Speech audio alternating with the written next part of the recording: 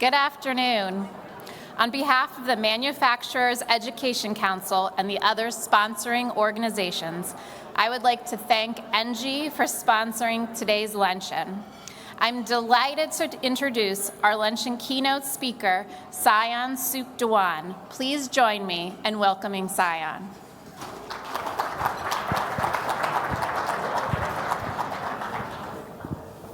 Thank you, Carolyn.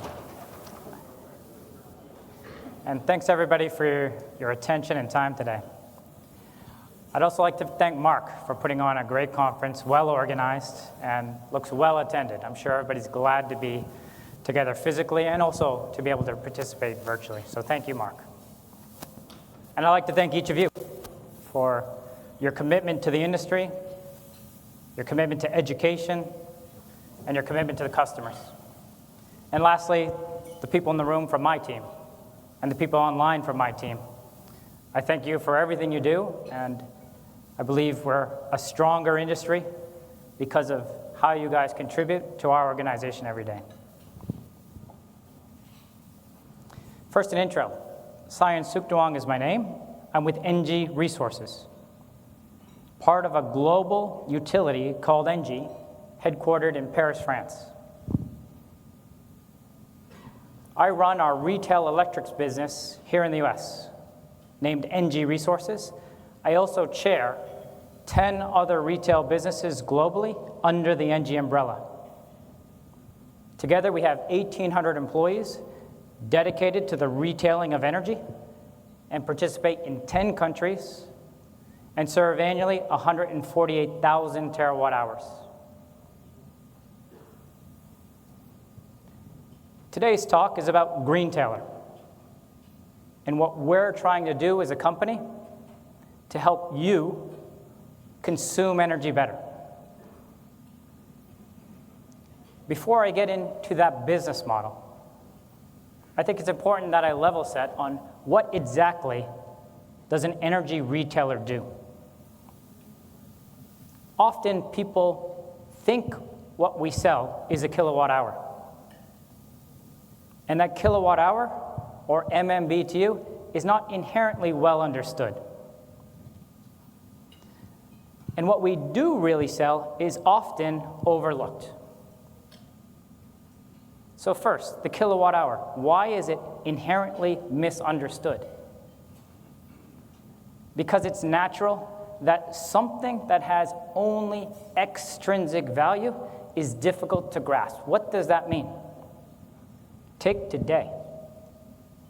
I'm sure each one of you woke up and wanted something that has to do with a kilowatt hour, but never thought that you want a kilowatt hour. Probably not a single day in your life did you wake up and say, I really want a kilowatt hour right now. You do wake up and say, I need light. You wake up and you feel maybe not comfortable. You need heat or you need cooling. You reach for your phone. You want device functionality. All those things are intrinsic. Something that you can inherently understand you need. A kilowatt hour is not that. And you see it in our behavior every day. In a few hours' time, I will be at the airport. Nobody will look at me any differently if I plug in my phone and use some of the energy from the airport. Everybody would look at me as crazy if I put a piece of tubing in an airport vehicle and started to siphon some fuel out. We don't inherently understand extrinsic value, so the kilowatt hour is something misunderstood. But that's what people think we sell. What we actually do is not sell the kilowatt hour. We actually provide risk management. Put aside vertical integrations of companies where they're a generator, a retailer, or even a transmission or distribution owner. A retail electricity company doesn't have to generate the electron, doesn't have to deliver the electron. Those things are done by other parts of the value chain. What a retail electricity provider does is actually provide insurance so that you pay a price throughout the year, regardless of when you're using that energy, regardless of supply and demand at any moment in time, and regardless of the quantity that you use. Now think about that. And let's reverse ourselves a bit from commercial, industrial, business operations and think about a homeowner. We provide homeowners insurance for electricity. Often you buy insurance when you feel somebody can manage that risk better than you can. And if we think about a homeowner and what he or she spends on energy to power their vehicle, gasoline, and what he or she spends on energy to power their home, often, depending on part of the country, individuals spend more on gasoline than they do electricity. Yet you don't see a very large market, if one at all, where you can buy gasoline insurance so that regardless of the quantity of gas you consume, when you want it, you pay the same price per gallon all year.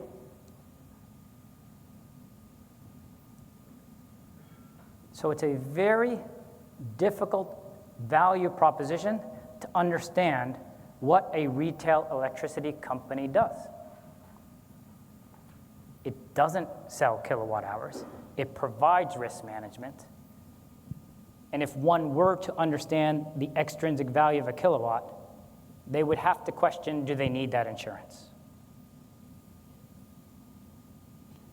Don't worry, I won't leave you hanging on why we exist. I'll come to that. There's a good reason. But let's talk about Greentailer next. Greentailer is a couple things. It's a business model, and its purpose is for us as a society to consume energy better. It's more important to unstack what drives that. Couple things. Technology, physics, turbulent markets cause us to change our business model and allow you to consume energy better. Technology first. We don't have to dwell on it much. It's been discussed in this conference. It's been discussed in conferences for the past 5 years. It's well-tread ground. We all know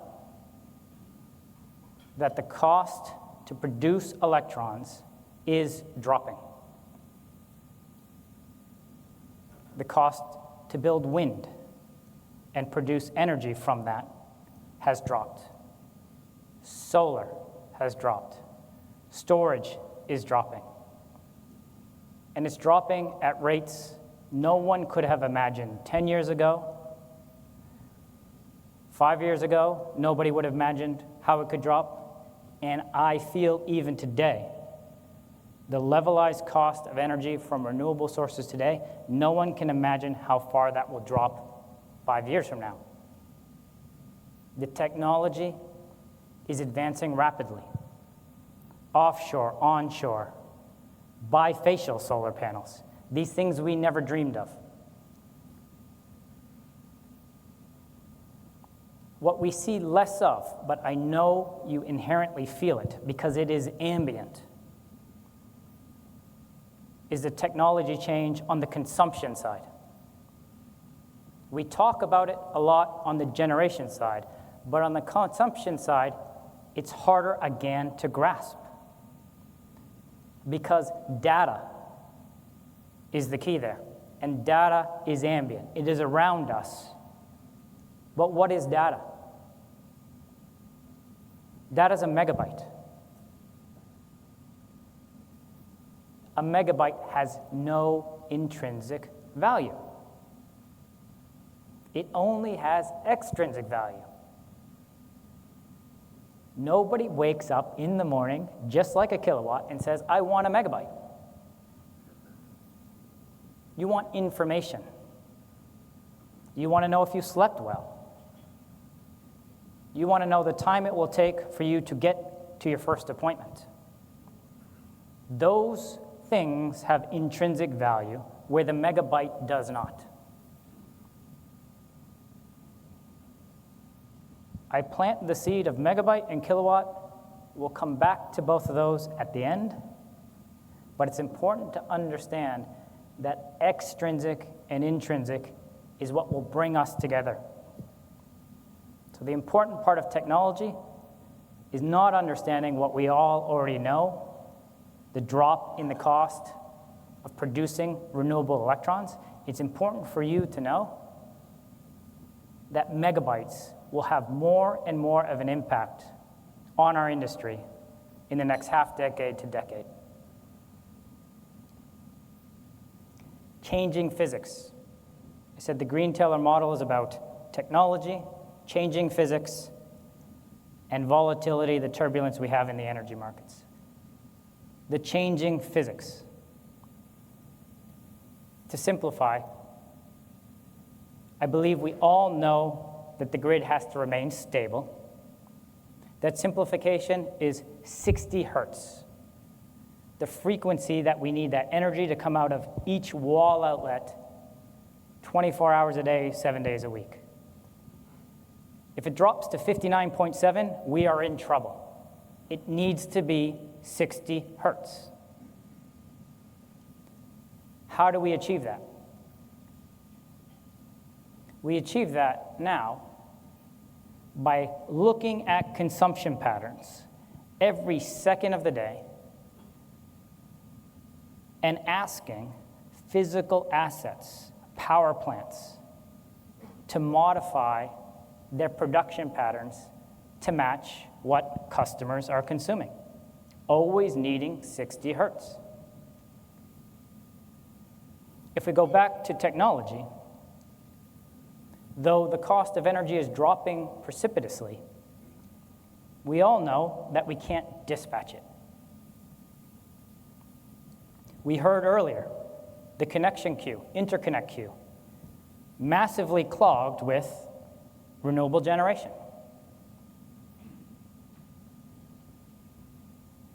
What we see and what you should feel and what you should take away is that the grid is reversing.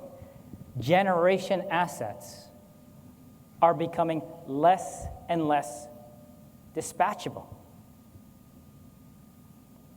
Consumption with technology is becoming more and more capable of being dispatched. The largest machine humankind has ever built, regardless of where you are in the world, is the power grid. The absolute largest machines on Earth is the power grid. And it is reversing. And to maintain 60 hertz, the role in doing that is turned on its head. Think about the implications to us of having to change what we've relied on since the inception of the power grid and doing it almost in reverse.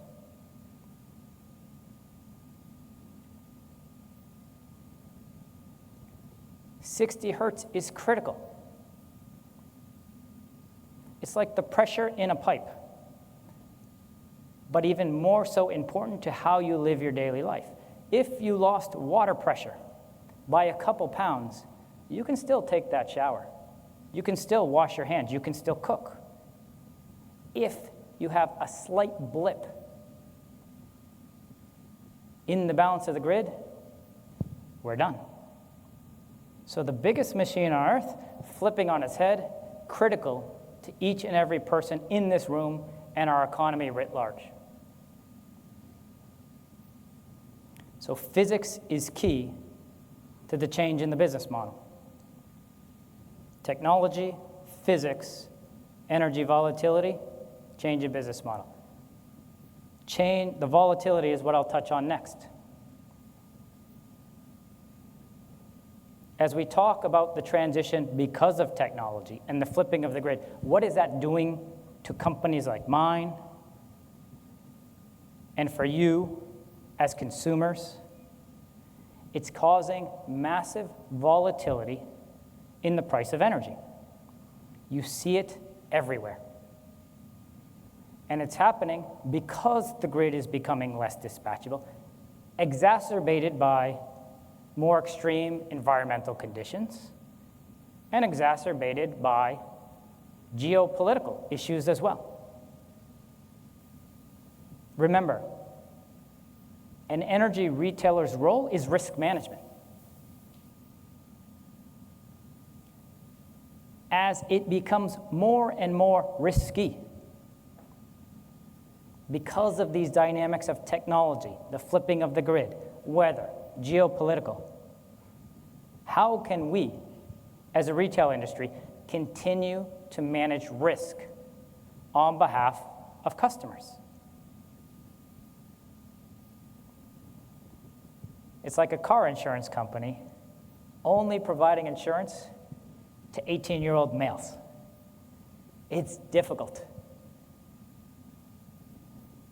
And we've recognized it is impossible.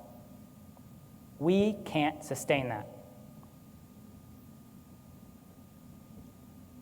You're aware of what happened in Texas a year ago. 4.5 days of energy consumption cost that state $50 billion. To put it in context, that state spends $10 billion annually in a normal year. $10 billion annually in a normal year. 5 years of energy consumption expended in 4.5 days. Economies cannot survive that shock. It cannot continue to happen. But it did happen. Because of the modifications we've made to the grid, because of weather, it's happening. It's happening in Europe today. It will happen in every part of the energy economy, and no more can we call these elements black swan events.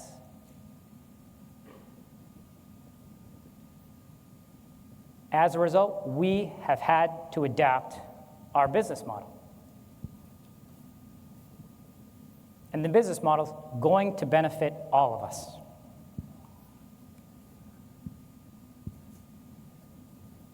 What have we done practically? 4.5 years ago, we sold our thermal generating assets.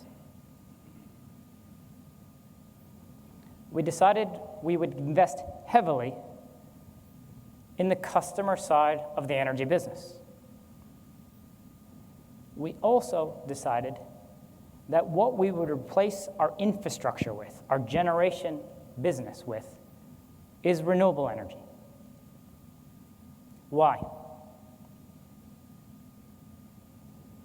If we go back to the model of the grid where the physical generation assets provided that balance that keeps us at 60 hertz and all of us happy, those assets are going to increasingly have to compete with something that will be much more efficient, much more prolific, and much more valuable to you. It will have to compete with customers. The flexibility that thermal generating assets have, it's unquestionable they have flexibility. It's unquestionable they stabilize our grid today. But they will have to increasingly compete with the ability of consumption, of consumers, to also provide that flexibility. And having a business model where customers on the one side and flexible generating assets on the other will eventually create a collision course competing against one another going to public utility commissions, advocating on the one hand more economic rent for power plants, advocating on the other hand for consumers, those business models will clash because they can both do the same thing. And somebody will have to win. We chose customers. Renewable generation assets, non-dispatchable. Being built more and more. For whatever reason you so choose, some say they're not economical, some say it's carbon. It is undoubtedly true that the queues, interconnect queues, are more and more renewable. We're going there. Why? Two things. If you have customers that you want to engage with to help them consume energy better, better defined as lower cost, less environmentally impactful, whatever their reason or definition of better is, if you want that on the one hand, the more and more you can enable those customers, the more and more you can proliferate renewable generation.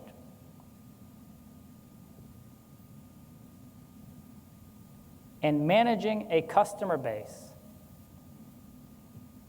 that has flexibility in its consumption is very similar to managing a generation base that has lack of flexibility in its production. Putting the two together creates a synergy, not only financially, but altruistically. Knowing where your energy came from, knowing that it came from a source that is low carbon, increasingly important to people. So marrying those two brings us from Greentailer, a term of art used for over 20 years in our industry, generation company and retail company, Greentailer, to what I believe will be the business model the next decade, Greentailer. Green generation with retail. So we've adapted our business model to do that. What does that avail you to? It avails you to consume energy better. Again, defined as you so choose. If you choose better is cleaner, it provides that. If you choose lower cost is better, it will provide that. It's important to dive into the lower cost element, though. That's usually top of mind. How do we get there? Let's go back to two seeds I planted related to extrinsic value. The kilowatt hour nobody wanted, but you used them. The megabyte, nobody ever wanted that, but you used them. What is going to happen and why we, as energy retailers, exist is that those two will come together, and you, in the next 5 or 10 years for sure, will start consuming energy very differently than you do today. You will consume it based on intrinsic value. Let me elaborate. You want light. You want heat. More and more, you want distance. The electric car. How many people, you don't have to raise your hand, really know should they buy a car with 80 kilowatt hours in it, or 90, or 100? How do you make that choice? What is even a kilowatt hour? You want miles. You want intrinsic value. You will be buying that in the near future. And 90 kilowatt hours in a car can bring you 300 to 400 miles. How often do you need 300 or 400 miles? Once a week, once a month? And how can you spend $70,000 to $100,000 on a vehicle where those kilowatt hours are used a fraction of the time?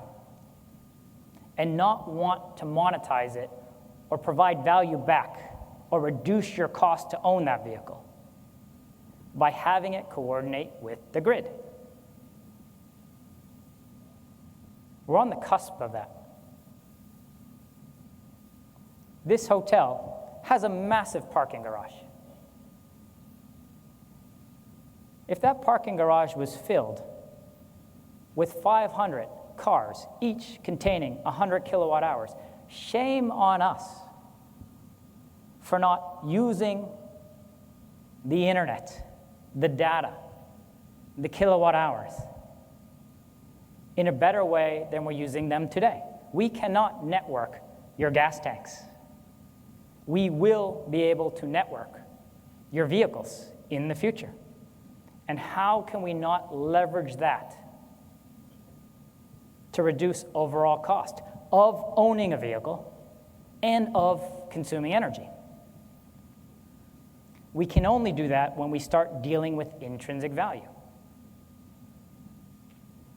And why we can't adapt today to dealing in that way, selling you miles, selling you operational performance, selling you light, selling you comfort, things you really want, where you don't have to think about the extrinsic things. Why we can't do that is simply adaptation of business models. The technology exists, the information exists, your willingness is there. It's us as an industry adapting our business model to engage a customer around what he or she really wants. What that will do for me, what is my interest? Risk management. I said it's no longer manageable. How I manage risk today is with complex financial derivatives.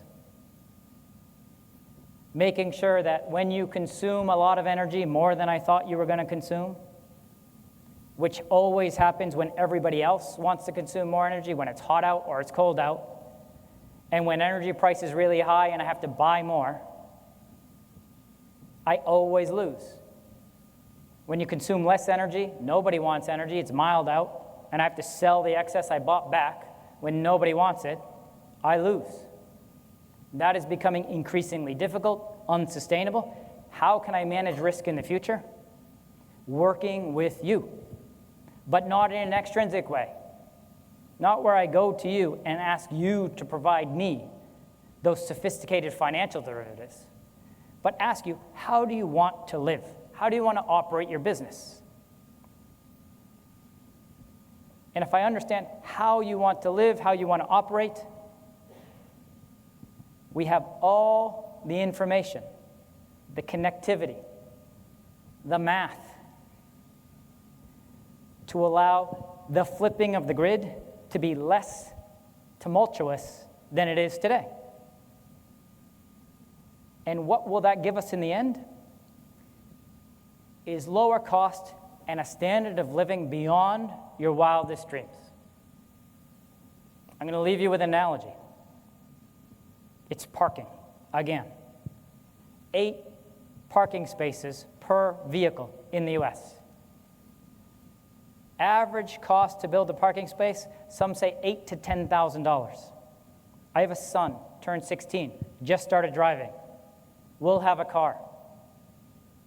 We collectively invested $80,000 in my son's ability to park. Thanks to all of you. $80,000 in his ability to park. I'm sure all of you in the room can think forward about self-driving, about as a service, sharing cars, increasing the capacity factor of a car from 5% today to 80, 90%, driving down substantially the need for parking. Imagine if I could reduce that parking to 1 spot for my son and 1 spot for each of you and your future drivers.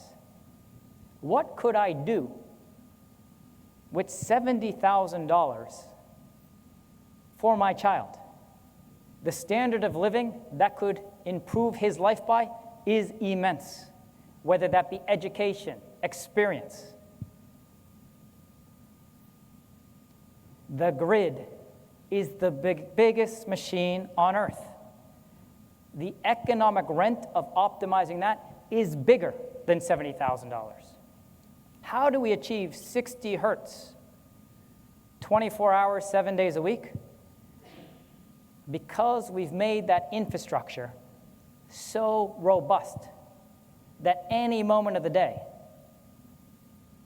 you get what you need. And if you think about that in your daily life of even transportation, when do you achieve 60 miles per hour, 24 hours a day, 7 days a week? You always face a traffic jam. Every other thing humans have built has a constraint, but the grid. So if unlocking the parking infrastructure is $70,000, unlocking the road infrastructure, more than that, unlocking grid infrastructure, where you participate in maintaining that 60 hertz versus a select group of companies and power plants doing that, the efficiency gains will be immense.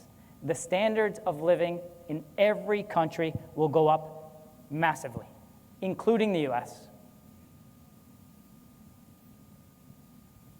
So as I said, consume energy better. It could be cleaner. That could be your definition. But if your definition is lower cost, Greentailer and what is happening will definitely get us there. And shame on us for not doing more with less. Shame on us for not doing that. So the Greentailer model is about that. It's about you. It's about us changing the dialogue within our company of where is the ball going? Where is the industry going? It is going to more sustainable electrons. It is going to wind, solar, and storage. And it is going to take that ambient digital information, bring it to light, allow you to get what you want, kilowatt and megabyte coming together, dealing intrinsically, and allowing us all to have a standard of living well beyond what we have today. I leave you there. I'll be around. Unfortunately, we don't have time for questions, but I'll be around in any insights that you'd like to share. It'd be my pleasure to hear them, experience them. Thank you for the pleasure of your time. I appreciate everything each one of you do, and have a great rest of your day.